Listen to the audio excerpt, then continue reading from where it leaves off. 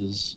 I just haven't put them in the grade book yet, so I will get those out to you as soon as I can. And they were just kind of okay. Not really bad, not really good, somewhere kind of in the middle. Basically what I expect on the first quiz. Generally speaking, first quiz is one of the trickier ones. Not because the questions are harder per se, but because you don't really know what to expect. So you just kind of run with it. I did notice that a lot of folks got absolute and relative location confused, and a lot of people got longitude latitude confused. So that's common. Anyways, so we're talking about ancestry, where people come from, and one of the things that's kind of unique to the United States. Have you guys ever noticed how often Americans will refer to themselves as like Irish or German or something along those lines? Now, as a general rule of thumb, whenever you're referring to someone like that, it means that they are initially from one country and immigrated to another. So an English American would be someone who was born in the United Kingdom and then moved to the United States. But the thing is, that's not how we use that term here. In fact, it's kind of unique to the U.S. and why we do that. The main idea behind it is we tend to sort of harken back to wherever our ancestors came from to begin with. We are a nation of immigrants. This map just kind of shows that. In fact, unless you're pure-blood Native American, there are immigrants in your family somewhere. That's just part of it. And that means that our culture is kind of hard to nail down. It's really, you guys know the expression a melting pot? You guys use that analogy? Yes. Basically, cultures merge together. I think that's a pretty valid outlook. Because if you think about what you guys eat for meals, I don't know about your all's families, but last week we had tacos one night, we had Italian another night, we had Japanese one night. It's just all these different cultural traditions that have been introduced to the process of movement and sort of adapted. So movement plays a tremendous role in North America. Not just people here, but also sort of cultural traditions. So we don't really have one common one. It's sort of a blending of things. On the other hand, Canada's a lot more, how do I put this, segregated.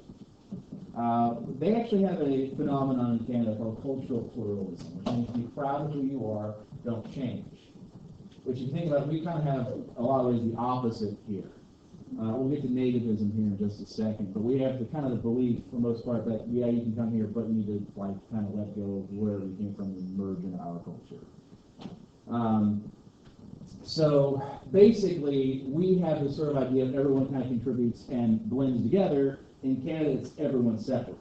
So if you actually were to look at a map of Canada, there are areas in Canada almost extensively one ethnicity. In fact, weirdly enough, Canada has the largest population of Chinese outside of China in the world. Largely that was because during the communist takeover, there was a significant of immigrants across the Pacific Ocean that just kind of landed in Vancouver and set up shop there. In fact, the oldest Buddhist temple in North America is in Vancouver. So, just kind of fun things. As far as other similarities are concerned, we talked about NAFTA yesterday. You guys remember what does NAFTA stand for? Agreements. Yeah, you're right on that. And we talked about what tariffs are. You guys remember what those are? Okay, cool. You don't remember tariffs are taxes on imports. Now, why would you have tariffs? Well, it's actually defensive. Whenever you look at economics, there's a phenomenon called the market, which basically means everything that's sold or bought, that's part of the market, right? It's the exchange of goods and services among people. You guys know, that, by the way, the difference between good and service? Okay, whenever you buy something, it's physical, like you bought, I want to buy this candy bar, that is a good. A service is something that someone does for you. So, for instance, you go to the dentist, because you ate that candy bar and they're going to clean your teeth. You could clean your teeth yourself, right? But you have an expert do it for you because maybe they're going to do a better job, Same sort of thing, think about a lawyer. You can do everything a lawyer does by yourself. It's just you don't have the specialization necessary to really get the particulars in the law. You might not know the forms you need to do, that sort of thing. So you hire a professional, right? Services that are done for you, goods are things that are bought. Right, so tariffs are introduced to protect markets within a country. So, for instance, if you can buy something from China, for instance, that's way cheaper, and you keep doing that, eventually the business that makes it locally will go out of business. So in order to protect that business, the government decided that there would be a tariff on all these products. NAFTA, as a free trade agreement, means no tariffs between any of its member nations. So that's what the idea is. There's obviously more to debate of whether NAFTA is good, bad, or ugly, whatever it is, but you just need to know what it is, especially because there's a lot of debate going on in the government right now whether or not to repeal NAFTA, get rid of it. Now, as far as regions in the United States, this is kind of what we're looking at. I thought this was a pretty nice map showing sort of the different areas we think about when it comes to talking about cultural similarities within the United States. And one thing that's kind of interesting is how language changes in the U.S. depending on where you are. For instance, have you guys noticed that folks from different parts of the United States have different accents? Okay. Do you know why accents evolve like they are? Okay, basically, have you guys ever had like a group of friends together and you start all chatting and having a good time, and like you kind of create your own inside jokes and slang words and things like that? Yeah. Okay, imagine that evolving over 100 years. You would essentially create a new subset of the language or a dialect, right?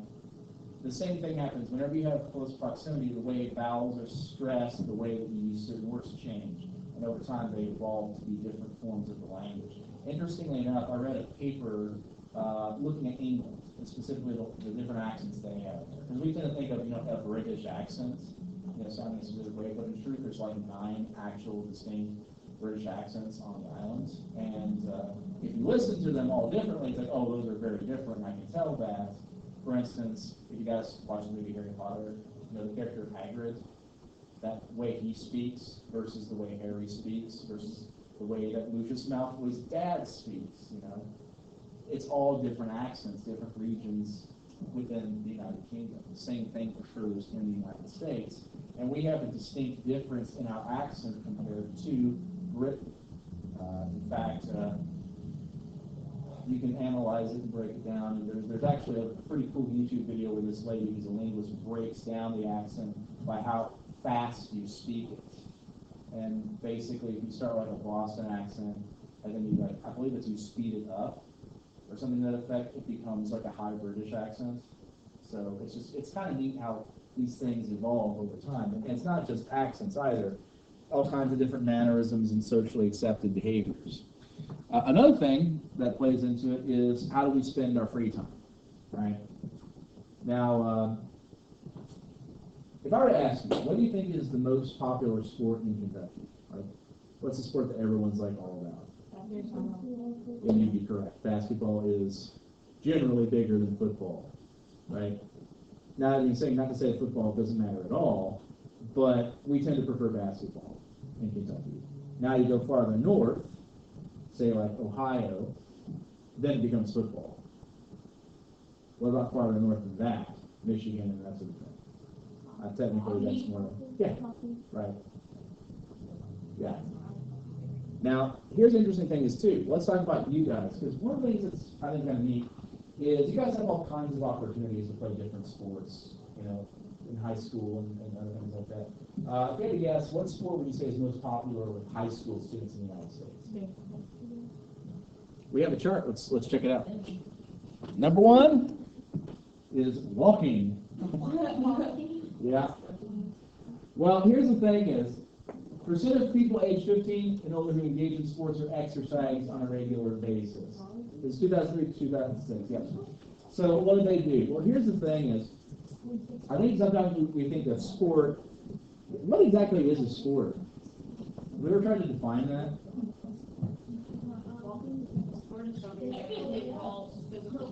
Yeah, okay, so physical activity is a part of it, yeah. I don't know. I find that there's a lot of disagreement about what a sport is, especially whenever you involve the question of cheerleading.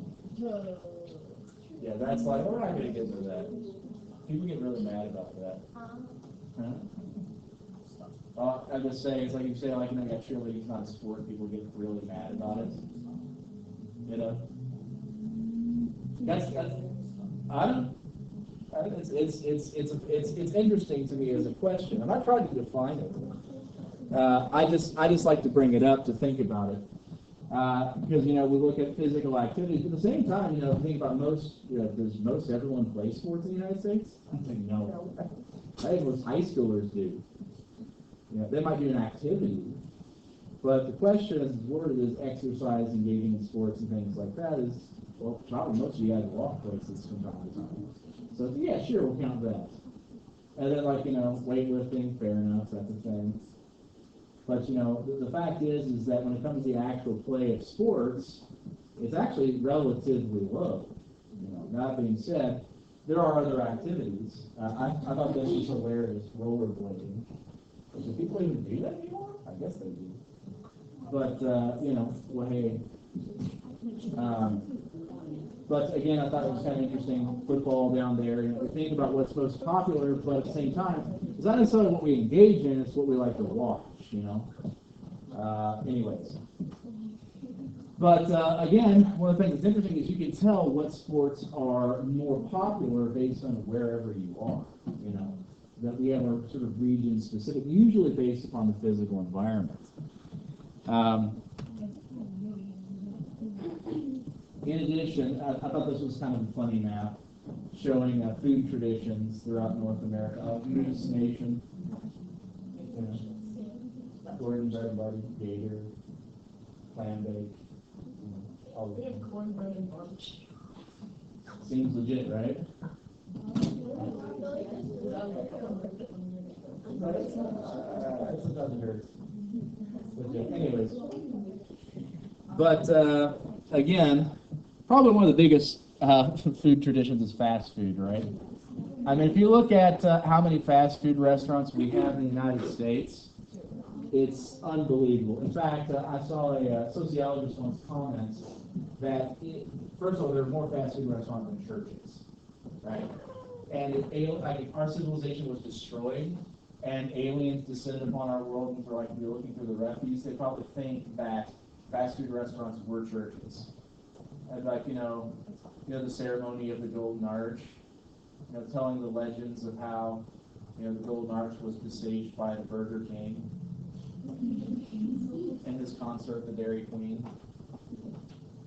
I don't know where Checkers fits into this, but it's, I'm pretty sure it happened at the White Castle. Anyways, I'm going to show you guys kind of an interesting map. One of the things I like about maps is you can show all kinds of different information using them. And so this next map shows the density of fast food restaurants based upon the map. So basically, if you have a lot, the map is blowed up, right? If you have a little, it's shrunk in the middle, right? So it's kind of like, imagine like a bubble, right?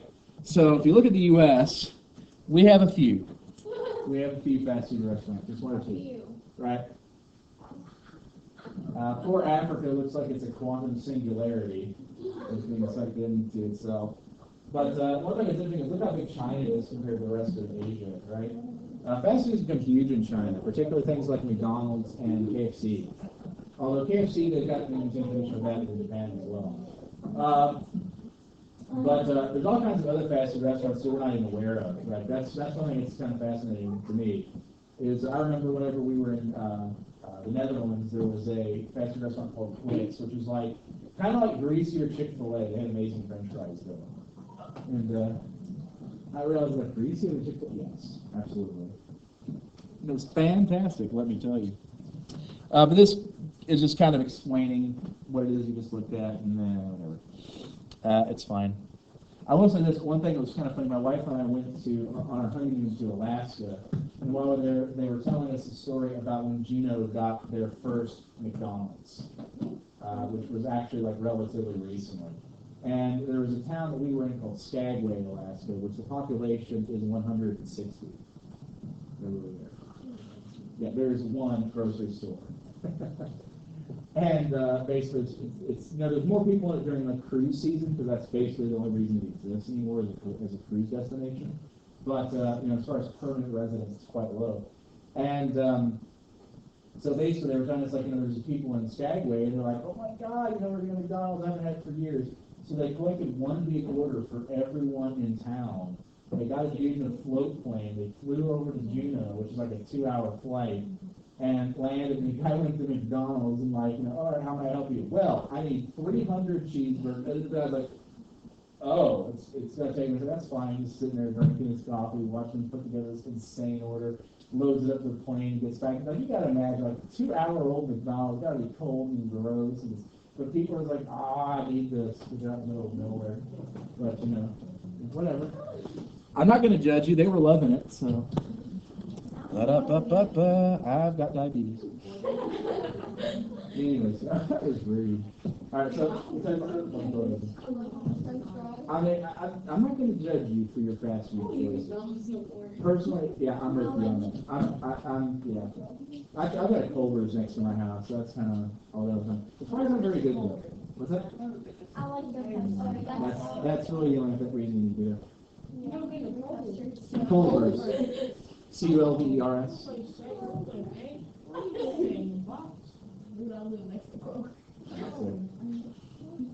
All right, so a couple things.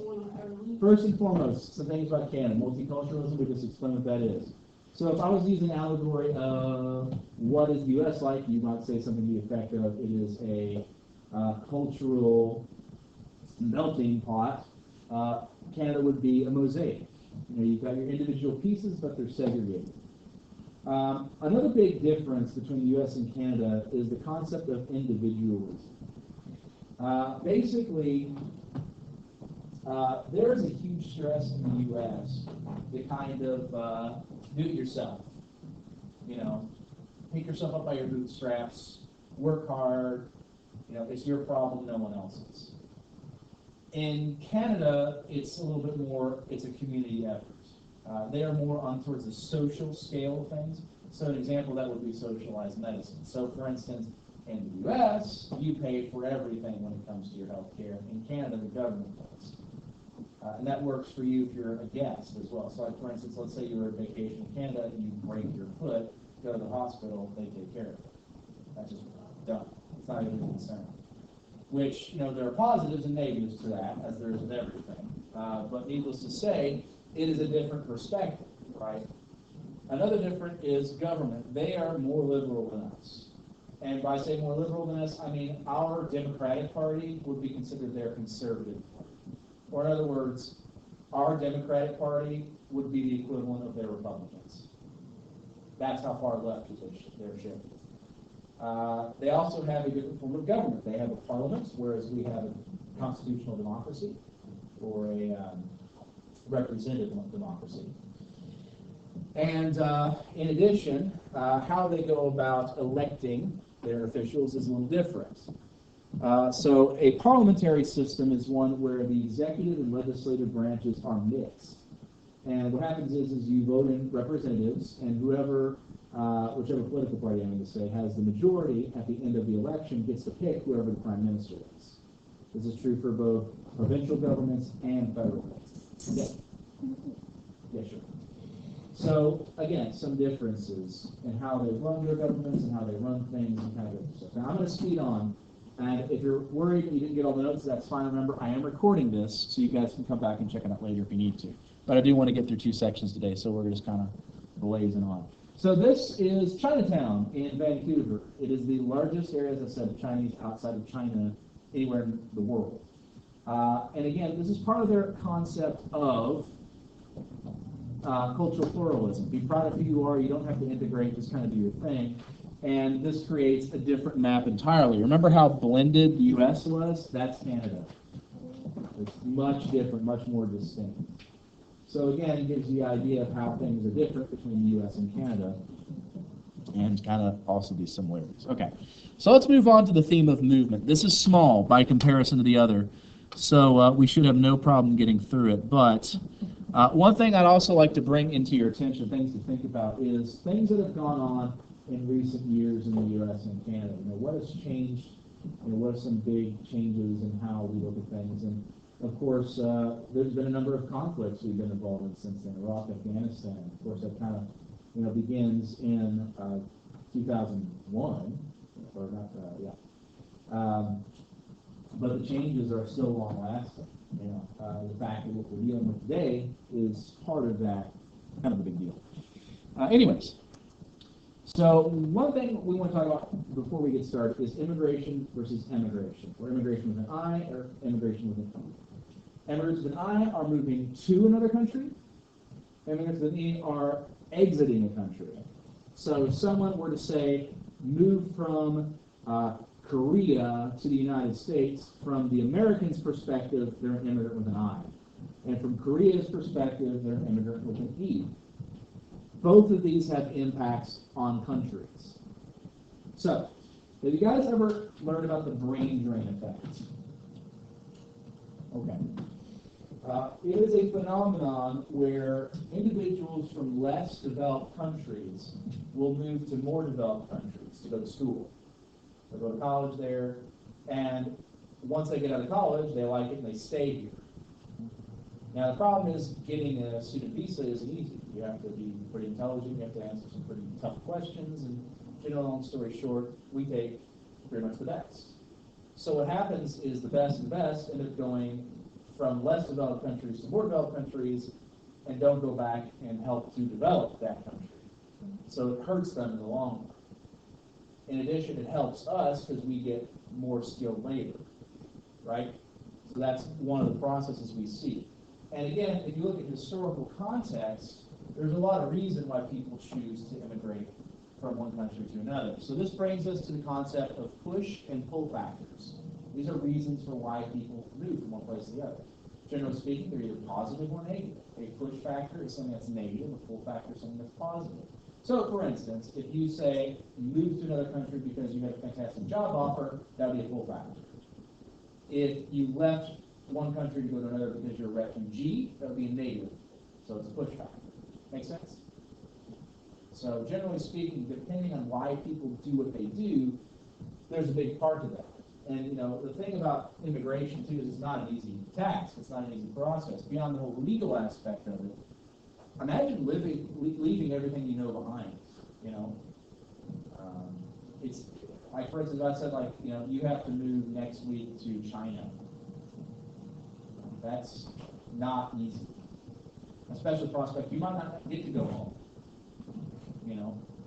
And it's a complicated issue.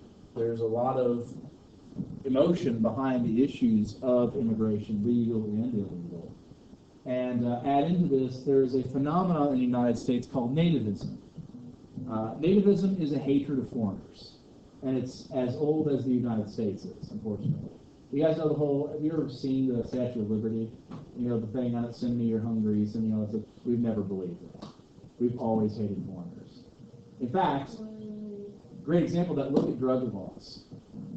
Do you guys know why marijuana is illegal in the United States? Because it was believed in the 1800s that Mexicans were using it to rape white women.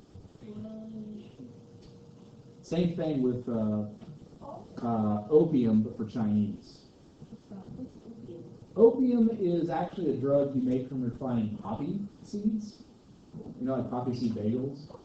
Yeah, okay, so there's a small, tiny amount of a drug in there, right? And here's the thing that's kind of funny about the word drug, right? Pretty much every drug, with the exception of some other ones, have some basis on something that's natural. What we do is we take it and we make it way more potent. So, for instance, opium is made from poppy seed bagels, or not poppy seed bagels, but from poppy seeds. Find that down, begging your Starbucks fix in. No, but it's a condensed form of the drug, and eventually, if you keep refining it, you get to heroin. It's actually what's called an opioid. It's all part of the same family: heroin, morphine, and all that stuff. And the fact is that the idea that it's healthy because it's natural is actually a logical fallacy. There's a lot of things that are naturally occurring, like arsenic, that will kill you dead if you drink it. So just because it's natural don't mean it's healthy necessarily, but also it impacts the way we look at things. Anyways, nativism, as I said, is a hatred of foreigners and is a concern as we look at constant movement of peoples around the world. That's not to be necessarily confused with racism. Racism is a bias, bigotry, hatred, whatever you want to call it, against a group of a certain ethnicity. Nativism is really just foreigners kind of in general. So is not necessarily targeted, it's just those people who are coming and taking our jobs, sort of mentality. Urban sprawl is what happens when you continuously develop. In fact, this is what we're going to be looking at tomorrow, which is why I want to remind everyone, be sure you bring your textbooks tomorrow so we can do our case studies.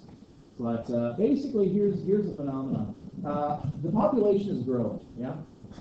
We have positive population growth. And there's a lot of ways that can happen, by the way. You have natural and unnatural population growth. Natural population growth is because you have people having more kids, right? Unnatural is immigration. So basically, both of these are ways that countries can grow. Either way, as countries grow, they need to develop more housing, more facilities, they grow, usually outwards. Now, some folks have the idea of, well, you build up. This is skyscrapers, things like that. But as populations continue to rise, you have to figure out what you're going to do with everybody. And urban sprawl is a concern because, one, it results in competition with animals over land, and two, it actually raises pollution and cost of living because you have to drive farther and move larger distances. In fact, have you guys lived there deer in downtown Louisville? Deer, as in like Bambi. Yeah. Oh yeah. Yeah. 4 or 5 years ago, there was actually an accident where a deer was on hospital curb, stuck, and causing traffic backups and all kinds of chaos, things like that. My brother, who lives next to what's that swimming pool over off of Church Pavilion? Lakeside. He lives there by Lakeside. Yeah, he apparently has coyotes in his neighborhood quite frequently. Yeah. Because the thing is, animals never really went anywhere. They're still here. You know? It's actually one of the reasons why hunting is encouraged by the government of deer, because they're pests. They can wreck a car if they accidentally get struck by one. And deer are stupid. They're really dumb creatures. They might be pretty and cute and all that, but they also are really skittish and, yeah, they're dumb. They're also delicious, so that doesn't hurt them.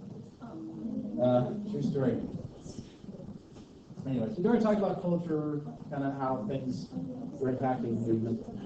So we got one more thing and we'll move on, and we'll be done. I'm excited. Oh, yeah, we're not going to do that. But I will say this, though, as we look at the theme of movement, also consider not only how our culture has changed, but how we've changed other cultures. You know? It's kind of interesting to see how all these things sort of develop over time, and how we see changes occur. All right, so textbook tomorrow. We ready for the test on Friday? We done with play? We're done. Sometimes we get done early.